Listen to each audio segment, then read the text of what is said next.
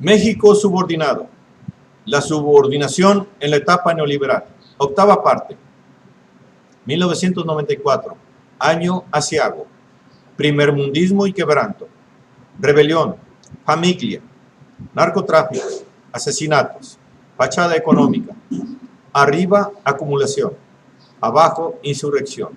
Sección 4. Esta es una obra del maestro Héctor Alejandro Mora Gallardo. Para remediar la situación, José López Portillo expidió un nuevo decreto creando la Reserva Integral de la Biosfera de Montes Azules, lo que representó una nueva reubicación de pobladores ya asentados, mientras que los gobernadores mostraban preferencia por favorecer a los grandes propietarios, llegando a emplear políticas insidiosas en procura de dividir y enfrentar a las comunidades entre sí, mediante 3 procedimientos esenciales: apoyando la formación o el fortalecimiento de agrupaciones cercanas a organismos gubernamentales, permitiendo la consolidación de guardias privadas en las fincas y estancias ganaderas y, finalmente, presentando a las organizaciones independientes como invasoras o mediatizadoras de los derechos agrarios de otras comunidades. Relaciones conflictivas por los años 80, tiempo en que la diócesis de San Cristóbal de las Casas, encabezada por el obispo Samuel Ruiz, lleva a cabo una catequización combinada con el empleo de brigadas de política popular en pro de concientizar y organizar a las comunidades. Y el reparto agrario en Chiapas seguía siendo particularmente dilatado. Por ejemplo, 79 comunidades tuvieron que esperar más de 20 años para que se les entregara la tierra solicitada. Otras 66 tuvieron que esperar entre 20 y 39 años la respuesta a sus demandas de tierra en las modalidades de dotación y de ampliación. Múltiples comunidades tuvieron que esperar entre 40 y 50 años para verse correspondidas en sus peticiones. Esto contrasta con la celeridad de los trámites resueltos a favor de terratenientes. Por ejemplo, durante el gobierno del general Absalón Castellanos Domínguez, se otorgaron en Chiapas 7.646 certificados de inafectabilidad que ampararon 1.142.881 hectáreas, predominantemente ganaderas. Contrastes así aclaran que uno era el gobierno para los finqueros y otro para las comunidades indígenas. Contrastes así muestran a la violencia social, que no se toma en cuenta cuando aparece la violencia armada en las comunidades. Injusticia institucionalizada ejercida legalmente a través de décadas, soliendo ignorar las consecuencias de su ejercicio. La afectación a las comunidades de manera irresponsable y ventajosa en favor de terratenientes herederos de los hispanos y cuya actitud hacia el indio no variaba, sino que empeoraba, generando consecuencias acarreadas que suelen incitar la subversión, haciéndose evidente que la eclosión y la recurrencia de la violencia ocurre en las zonas rurales afectadas por la explotación y o por la marginación. Caciques gobernadores. Chiapas es un estado empobrecido por la explotación de terratenientes locales y la explotación central federal, explotación sin misericordia que los caciques ejercen sobre los indígenas, sobre todo en las plantaciones cafetaleras, así en Sabanilla, al norte de Chiapas, en donde los finqueros seguían siendo señores de la tierra de arma de fuego y cuchillo. Aquí persisten los peones acasillados y una modalidad sutil de las tiendas de raya. Aquí el patrón dispone de las mujeres y mata impunemente a los campesinos, como hace un siglo. De manera semejante a como en Yajalón los finqueros pagaban con moneda acuñada por ellos mismos a peones que se veían obligados a gastarla en las tiendas de esos mismos potentados, caciques de ranchos y palacetes de gobierno. Negocio redondo, impunidad y cadenas de sojuzgación garantizadas por la delincuencia institucional que el Estado impone, empleando las fuerzas represivas como bandidos, efectuando actos delictivos remunerativos, tales como asaltos y secuestros. Contabilizadas como 20 familias bien arraigadas y relacionadas con el PRI gobierno, concentraban las mejores tierras de la entidad.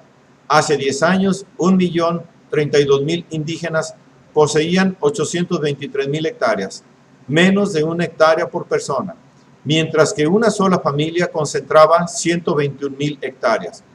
Acaparamiento de tierras efectuado por ganaderos, hacendados cafeteros, cañeros, plataneros, madereros, señores semifeudales con control absoluto en los territorios de su propiedad, correlacionados con el poder gubernamental del Estado y con el gobierno central priista.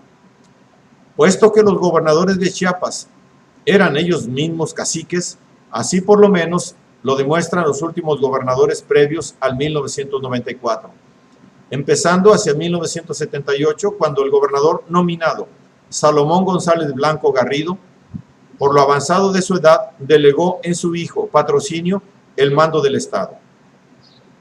Y Patrocinio se convirtió en latrocinio, pues se dedicó a saquear a más no poder todo tipo de riqueza, ya fuese como terrateniente o como gobernante, haciendo producir el dinero que la Federación destinaba al erario de Chiapas, depositando el monto en el Banco de Comercio sin emplearlo en lo debido. Como 2 años después se nombra un gobernador interino, Juan Sabines Gutiérrez, 1980-1982, le exige al latrocinio el dinero debido y se lo entrega sin chistar. Empero, no le da ni un peso de los intereses devengados en el banco por el depósito de 1.300 millones. Un simple ejemplo de las tranzas ejemplares que suelen hacer los políticos mexicanos ante la falta de justicia que los juzgue. Breves, pero igual de abusivos y cleptomaníacos. Antes de Juan Sabines y de Salomón González, estuvieron en la sede de gobierno en Tuxtla Gutiérrez, Jorge de la Vega Domínguez y Manuel Velasco Suárez, considerados por igual de corruptos e ineptos en sus breves administraciones que no terminaron, puesto que fueron llamados al Distrito Federal a cumplir otras funciones para el partido. Gobernantes que no representan ninguna diferencia, despilfarro y balas a quien reclamasen tierras era la política oficial de Estado en el Estado chiapaneco. Por lo que Juan Sabines también aparece como un protector de caciques y sus bienes inmuebles. De ahí el origen de la matanza de Golonchán, el delito, haber invadido tierras de latifundistas. Así Chiapas viene a ser una tierra de latifundistas que conforman una oligarquía terrateniente. Absalón Castellanos Domínguez, gobernador de 1982 a 1988, propietario de mansiones ostentosas, se le contabilizaban 14 fincas familiares, multitud de tierras indiciadas por la reforma agraria que se negó a entregar a campesinos, responsable de inversiones millonarias con dinero del presupuesto estatal en depósitos bancarios a corto plazo, fraudes a ejidatarios con el programa de rehabilitación agraria, robos a productores de café con la comercialización del producto por funcionarios locales, saqueo de maderas preciosas, no solo en Chiapas, sino también en Oaxaca. Ese era el gobernador cuando la rebelión zapatista se fue gestando al calor de tales atropellos y desconsideraciones para con los sin rostro, incluyéndose la matanza de Golonchán. Fiel ejemplo de un gobernador cacique que para perpetuar sus fechorías ejerció amplia represión, teniendo para ello como secretario de gobierno a un experto ampón, el también chiapaneco de abolengo caciquil, Javier Coello Trejo, de amplia trayectoria como policía narco y represor de poblaciones enteras, pretextando el combate a las drogas. Contando a Absalón con el antecedente fúnebre ocurrido en la mencionada matanza de Golonchán, perpetrada el 15 de junio de 1980, siendo gobernador Juan Sabines el gober suplente, cuando Absalón actuaba como represor oficial de ese gobierno al desempeñarse como comandante de la 21 Zona Militar. Aquel día era domingo, procediendo los soldados a rodear y acordonar el poblado para que sin mediar diálogo alguno comenzaran a disparar al lado de los terratenientes que iban disfrazados. Murió mucha gente, mucha. No dio tiempo de nada. Quemaron nuestras casas y de una en una venían matando a cristianos. El gobernador fue el que nos mandó matar. Y se lo digo en su cara. Los cadáveres fueron devorados por los animales, sopilotes, perros. De lejos los vimos bañados en sangre. Comieron la cara, el cuerpo de nuestros hijos y esposos. testimonia una mujer sobreviviente al ataque. Y si Absalón fue elegido en el partido para ocupar la gobernatura siguiente, no fue a pesar de, sino debido a esa feroz participación que habría de proteger pozos petroleros por explotarse, y Domínguez debía de ser el máximo dirigente como garantía de su salvaguarda, puesto que probablemente haya guerrilla o pueda surgir en cualquier momento.